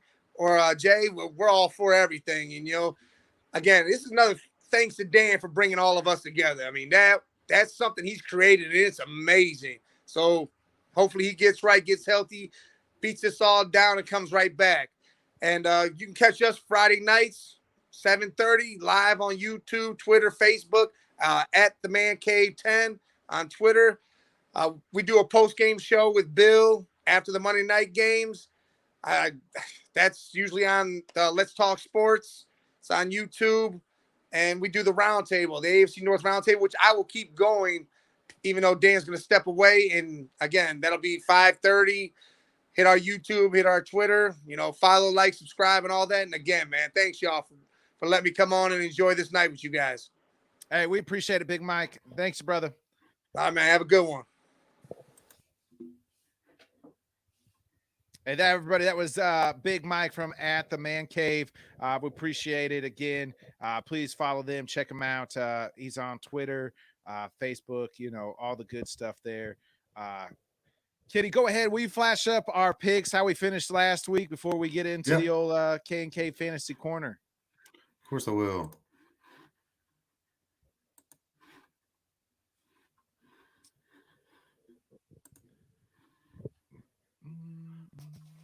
All right, so last week Pitt ended up coming through for all of us.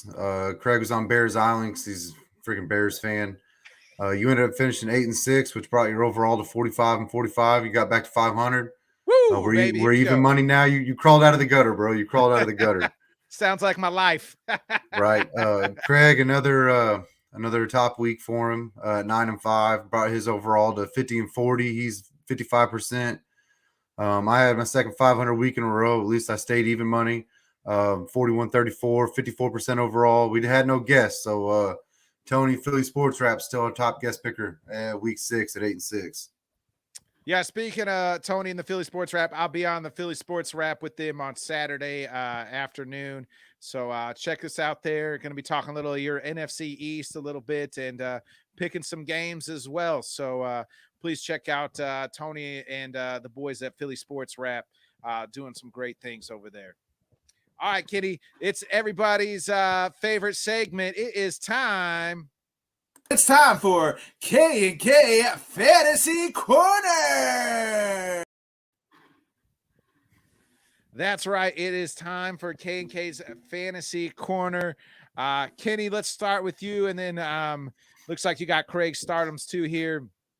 Go ahead, give me your first stardom of the week here.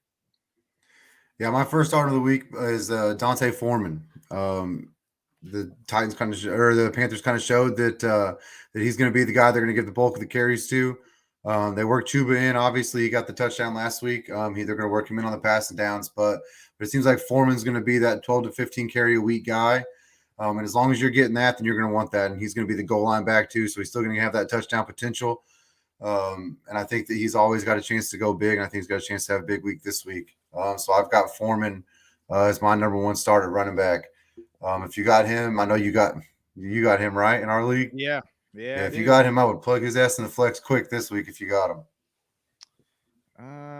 The problem with that is I'm going to look at my fantasy league here. Craig's got Tyler Algier. You agreeing with old Tyler Algier here? Man, I don't know. Craig, we've both had our good weeks and both had our bad weeks. So I'm not going to say that it's a bad pick. I just don't think, the Panthers have not been great against the run, but they have stopped the run. And I just don't necessarily think that I'm going to throw Algier on a must-start list is kind of what I'm trying to get at, I guess. Craig's probably going to be right on that. I know you ended up dropping him, so maybe you want him to be wrong on that. I traded him. I didn't drop him. I traded him. Oh, did you? Oh, you traded him with McLaurin in that dog shit deal. I remember. That wasn't a dog shit deal. That was a genius move, Papa. It actually might look like a fair trade now with Heineke coming in. It actually might look like a fair trade now. Hey, McLaurin outscored him last week, But Panthers in the middle of the road against the run, man. If it's a close game and Algier can stay getting the between the tackle carries, and I think he's got a chance. Panthers, maybe they showed last week that they can score some points, and I think that's the only thing I worry about is if they can go out there and score 21-24, how much is that going to take Algier out of the game? That'll kind of be interesting to see. I'm not going to disagree or agree yet, but I think Craig, I don't know if he's out on an island on that one, but he might be hanging out by himself. So what's your next stardom here? My next is Wan'Dale Robinson. We keep saying who's Danny Jones going to throw the ball to. Just pick the next guy up. And so you just throw a dart. And Wan'Dale Robinson last 2 weeks has looked like he's going to be a guy. It looks like him and Darius Slayton are going to get the bulk of the targets. It looks like Wan'Dale's kind of getting some down the field targets, which is going to help him out. That depth, he's not going to have a lot of catches. It may only be a 3 or 4 catch day, but because of the depth, it'll be 70 or 80 yards. And if you can get that out of the flex, you'll take it. And he had the touchdown last week. If he can, you never want to bet on touchdowns being a sticky stat, but if you can get 12 to 15 out of your flex without a touchdown, then you'll take that because that touchdown is going to put you over 20. I think the Wan'Dale's got a chance to get that this week. The Seahawks give up a lot of points to receivers, man. I know that we said they get a good secondary, and it's an up and coming secondary. I think is what Mike said, and I agreed with him. But they do give up a lot of yards, not a lot of touchdowns, but a lot of yards, and I think that the Wan'Dale's got a chance to have a good week this week. Danny Jones got to throw to somebody, man. They're the perfect bend but don't break defense in Seattle there. Craig's got Adam Thielen. You agreeing with starting Adam Thielen this week? I think this is a week, man. If you get anybody playing the Cardinals, you start every receiver you got, right? That's just kind of, it seems like the Cardinals give up a lot of points, a lot of yards. I don't know. Jefferson's going to have a big day, so how much is going to trickle down? But like I said, I'd start Thielen. If you got Thielen as your flex guy, we always kind of say each week that we're trying to pick flex guys here. So if you got Thielen as a flex guy, I'll take any receiver going against the Cardinals as a flex guy. I think especially number 2 in that offense. What's your last stardom here for the week here? Irv Smith, go back to the same game. Cardinals and Vikings, I think, is a game. It's got a 49's pretty high over-under. People are expecting some points to be scored. Arizona terrible against tight end. I think maybe even last in the league fantasy-wise against the tight end. So I think that if you can get Irv Smith on the waiver wire, which is still available in some leagues, I don't think he's available in ours. But if you can get Irv Smith and you need a tight end to stream this week, this is definitely a week. If you're in Landa's situation, you got Kelsey on the bye and you can get Irv Smith on the waiver wire this week against Arizona, you plug that in and you may get a Kelsey average type day out of points. Craig's got Robert Tonyan here. I just think he thinks Green Bay is going to be down a bunch. They'll be having to sling it, so that's kind of why he's going with Tonyan here. Is that what you're thinking here too? I think that's the only reason why you can. I had Tonyan last week thinking that it was going to be a Packers get-right game, and with Cobb being out, I figured some of that would go to Tonyan. I think he 0.3 points or something stupid. It was nothing. So I said last week in the post show that I will not put another Packer on my must-start list. So Craig picked the Packers, and now he's picking Tonyan as the stardom. So he's either got a better he's sipping some better Kool-Aid than the rest of us, or he knows something we don't know. How's the Bears fan picking all the Packers? I don't understand it, right? Like, you would think that Craig should be laughing right now. He should be. No, it's like last week. So last week I put DJ Moore on my sit-em hoping he'd have a good week, right? I was trying to play against him. He's just picking the Packers saying, well, if I pick the Packers, of course they're going to lose. This should be, Craig should be dancing on my grave right here with the way the Packers are playing. Go ahead and give me your first sit-em of the week here. First sit-em, I got Melvin Gordon. Last week they came out, after the week before when he didn't play on national TV, and they said, oh, well, Melvin Gordon's going to get the start. Yeah, I think that was like 7 carries for 30 yards or something stupid like that. So I don't think that Melvin Gordon getting the start means anything. Somehow they still got him ranked each week as a top 3 or as a RB3 as a top 36 running back. And I just don't understand. It's been 4 weeks since he put up a top 36 week, and they continuously have him there. So this is kind of my protest against the Broncos, not necessarily Melvin Gordon, just against the Broncos. I got Melvin Gordon as my sit-em this week. Yeah, it seems like they're going with Boone and Murray more than they are Gordon. So and it's clear. That's what I mean. I don't understand. Like, you call him the starter, and it really didn't seem to matter. Especially fantasy-wise, I don't think you can really start any Bronco and feel great about it right now. Yeah, I was on Twitter today. I told somebody, I said I trust Michael Jackson watching my children more than I do Melvin Gordon as a fantasy viable running back. So there's my thoughts on Melvin Gordon. Yeah, unless the Craig's hot tub time machine takes you back 7 years, I don't think you're going to get much out of Melvin Gordon. right. What's your Craig's got sit him here? Daryl Henderson. You agreeing with sit Daryl Henderson here on the Rams? I'm on the train of sit all Rams backs. Even if they play, it doesn't seem like they do much. And when they do play, I have no idea who's going to touch the ball. I think I saw that Henderson was a full go. I don't want to lie about that, but I'm pretty sure I saw he was a full go at practice. Even when he was, it doesn't seem like they're going 18 to 20 with him, even when Akers was hurt. Maybe he's gone, whatever that whole situation is. So I agree with him. I didn't see where Henderson was ranked. I just kind of threw him on when Craig sent me the list. Usually I check that out, so that's my bad. But if you got Daryl Henderson and you're considering him a flex consideration, I absolutely would not. They have to prove it for 3 weeks in a row before I'll put anybody on a stardom list there. So I agree with Craig on that. What's your next sit him here? Craig's boy, man, he's upset with Drake London. It seems like the Panthers have been pretty good against the pass, terrible against the run, or I guess middle of the road against the run. So it doesn't seem like with limited targets coming out of Mariota and the Panthers being good against the pass, I just don't really think that it's going to be a Drake London week. I think it's been 3 weeks since he's had a top 36 wide receiver week as well. So he's in a bad downward spiral trend. And it's just you can't really start Falcons receivers, I don't think. So he's on my sit list. I think they had him rated.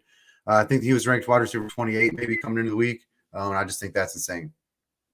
Yeah, to me, I would almost say all Atlanta pass catchers, right? Because that's not a team that wants to pass the ball at all. Like we've seen it, Mariota only wants to pass 15 times at best. Like I think that's the market, right? Like that's what Arthur Smith wants. Like, hey, if we pass it 20 times a game, that's not what we want to do. No, he's looking for 10 out of 15 every single week. And if he can get 10 out of 15 for 125 yards and maybe a touchdown, maybe not, no turnovers, he's going to take that. And he's going to try to run the ball 1,000 times.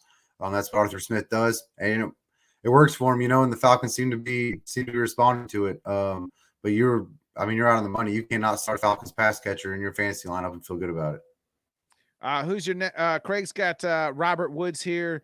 Yeah, kind of same. He hates Robert Woods this year. I think this is the third time he's put Robert Woods on his sit-em list this year. I mean, but to me, that's the same similar situation as the Falcons, right? The Titans just want to run the ball 20 times a game.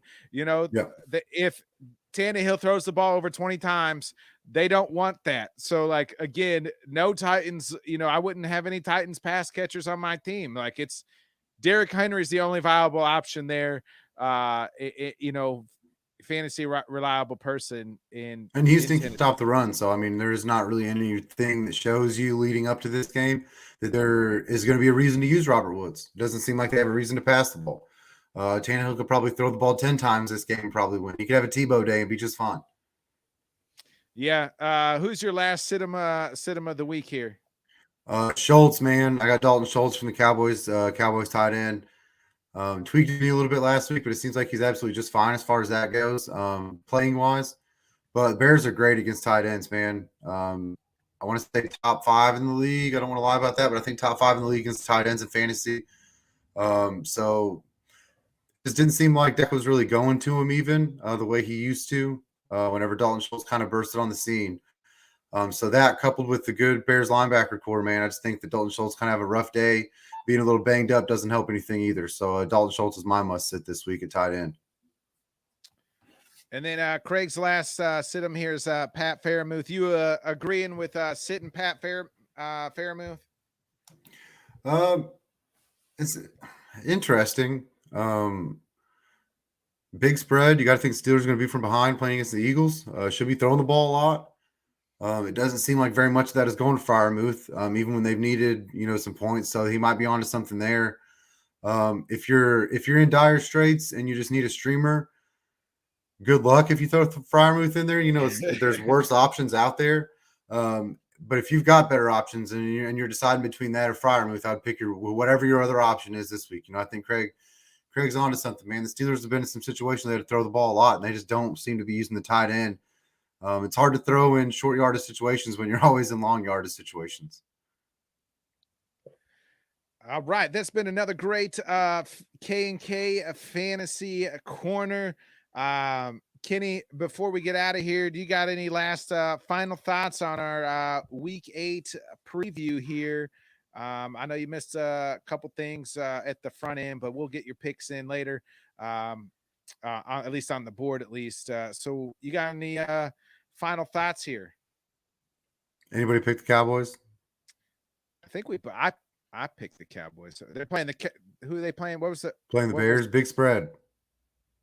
No, I false. What was it? That's the 9.5 spread. Yeah. Yeah, I picked the Bears. Big Mike picked the Cowboys. Did he? That's interesting. That was I was hoping to get on before that. My thoughts, Dolphins, Lions, how is that spread only 3.5? Yeah. The way the Lions have played the last 2 weeks, I don't understand how you look at that and say, oh yeah, I bet they can hang with the Dolphins right now. Yeah, 3.5. I took the Dolphins at minus 3.5. Yeah. Same. Yeah, I got my picks on the slide. We'll go over that when we go off the show so I can get caught up on your guys' picks. But that was kind of one that stood out to me was that. And yeah, I mean, that, I like we kind of said in the post show last week, I'm kind of shocked that the Packers Bills opened up the way it did. You know, we kind of said, I thought 8.5 would be a lot, and I thought even that was kind of crazy. But when it opened up at 10.5 and then it grew to 11, I was just, oh, man. I've watched every snap of every game of the Packers. And, I mean, the Bills have been on primetime and a lot on TV, so I've watched a lot of their games too. And they're just two teams so far apart. I am not. I said it's 10.5. I mean, I wasn't. No, you called it, and that's what it opened up at. And me and Craig, the same. Botkins, holy shit. Marty McFly over here. Scott Cope says, are we done watching the Packers? Scott, man, I mean, I'll never be done watching them, but it's hard. It makes it hard to watch, Scott. There's nothing to watch. They're done playing. There's nothing to watch. You don't have to quit watching them. They quit playing for you. Yeah, I mean, it's hard. It's hard. When the wife turns and asks you, what are they? Hey, Aaron Rodgers is asking, what are they doing out there? My wife is asking me, what are they doing out there? All at the same time. The kids are asking me, my kids are asking me, what's going on, Dad? What's wrong? Daddy, are you okay? Yeah. And I just say everything, you know, there's not one part of the aspect of the Packers that I just walk away and say, I feel good about. Not one piece. From everybody. I mean, Aaron's got to play better. Everybody on the whole damn team has got to play better. No, I think that's the thing too. It's not just you watch it and all the receivers just can't catch or get open. Like they get open and Rodgers missing them, you know, not having training camp and maybe not having that timing. And then also with them being banged up, it's hard to ever get, you know, any timing and rhythm. You know, it's affecting them. You know, well, you kind of brought it up during the show that you thought that, you know, everybody knew this would be, you know, kind of a down year. No, we thought it'd be a down 2 or 3 weeks. You know, we just kind of figured it's the Packers. By week 5, they'll be fine. Here we are, week 8, and we've been picking the top 10. Yeah, everybody might be picking the top 10. Us, the Bucks. I mean, I mean that's the top 10 might be the Packers, the Bucks, you know, the Rams or somebody, while the Jets, the Giants, and the Seahawks are picking at the bottom half with their regular picks. I think the Seahawks actually would have a top 5 pick due to the Broncos trade. So there's that. I mean, they might be winning twice here. The Seahawks might. I mean, that looks like the smartest move ever. But yeah, I mean, just absolutely. I don't want to talk about the Packers. I want to get off of here and have a good night's sleep and not think about how bad my football team is.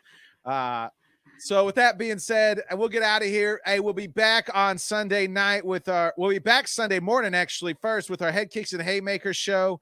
Check us out at 8 a.m. Central for our MMA show. And then we got one more comment in. Scott's chiming in here. What do you guys think about trading Devontae Smith for Brian Robinson? Kenny, would you make that fantasy trade? Devontae Smith for Brian Robinson? It depends on how your team's sitting. If you're talking about trading Devontae Smith to get Brian Robinson, then I'm going to assume that it means that your wide receivers are looking pretty good.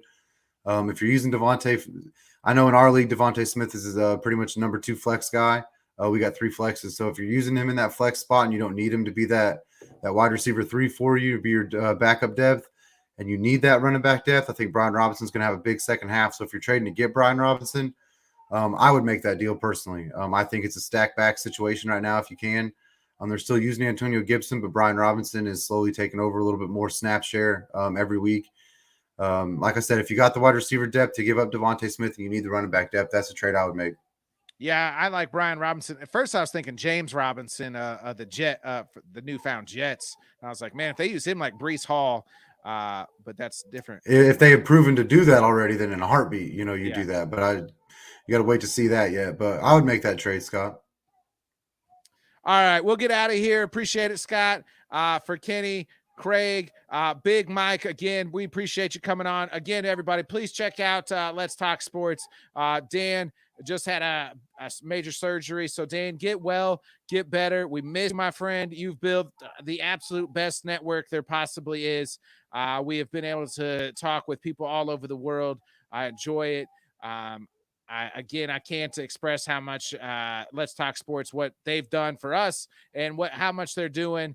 Again, please like, subscribe, share, be a friend, tell a friend. Dan, get better, buddy. Let's Talk Sports continues to roll, people. The Bodkin Show continues to roll. We'll be back again 8 in the morning on Sunday for our Head Kicks and Haymakers, our MMA show. And then we'll be back 8:30 Central Time Zone, 8:30 p.m., folks, for our Week 8 reaction show, giving out dogs, turds, studs, and duds. For Kenny, Craig, Bodkins, we're out of here. Kenny, go ahead and hit that outro, baby.